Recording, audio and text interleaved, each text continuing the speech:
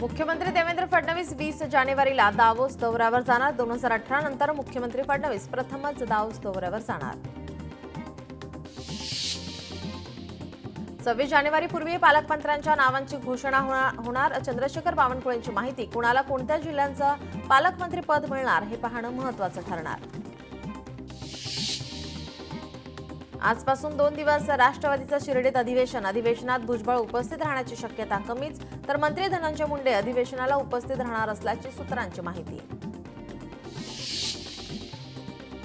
लाडकी बहीण योजनेत पडताळणीपूर्वी 4000 बहिणींची माघार। महिला आणि बालविकास विभागाच्या वरिष्ठ अधिकाऱ्यांची माहिती, तर निग पातळीवरील शासकीय कार्यालयामध्ये योजनेचे लाभ थांबवण्याची विनंती। अभिनेता सैफ अली खानच्या तब्येतीत सुधारणा, हल्लेखोराचा अद्याप शोध सुरूच। आतापर्यंत 30 जणांचा जबाब नोंदवण्यात आल्याची माहिती। सैफ अली खान हल्ला प्रकरणी 2 संशयित पोलिसांच्या ताब्यात। गृहराज्यमंत्री योगेश कदम यांची माहिती, शाहिद या आरोपीची वांद्रे पोलिसांकडून चौकशी सुरू। छत्रपती संभाजीनगर महानगरपालिकेच्या वतीनं नवीन 4 वाहनांचे लोकार्पण। प्रशासक श्रीकांत यांच्या मार्गदर्शनाखाली 3 जेसीबी, 1 डिझेल ब्राउझर आणि 1 कोंडवाडा वाहनाचं लोकार्पण।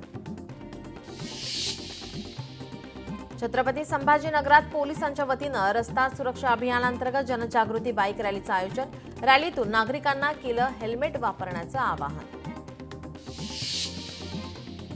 मुंबई गोवा महामार्गावरील असलेल्या अंजनारी पुलाच्या कामाला सुरुवात। रखडलेल्या नवीन पुलाचं काम आता प्रगतीपथावर। विजापूर चकमकीतील 5 महिलांसह 12 नक्षलवाद्यांचे मृतदेह सापडले। शस्त्रास्त्र बनवण्याचा कारखाना उद्ध्वस्त। मृत नक्षलवाद्यांची ओळख पटवण्याचं काम सुरू।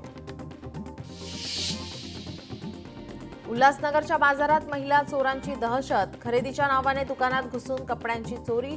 संपूर्ण घटना सीसीटीव्ही कॅमेऱ्यात कैद। व्यापाऱ्यांनी या महिला चोरांना रंगेहात पकडलं। उल्हासनगरमध्ये दुचाकी चोराला अटक। आरोपी विरोधात विविध पोलीस ठाण्यात गुन्हे दाखल। अधिक तपास सुरू।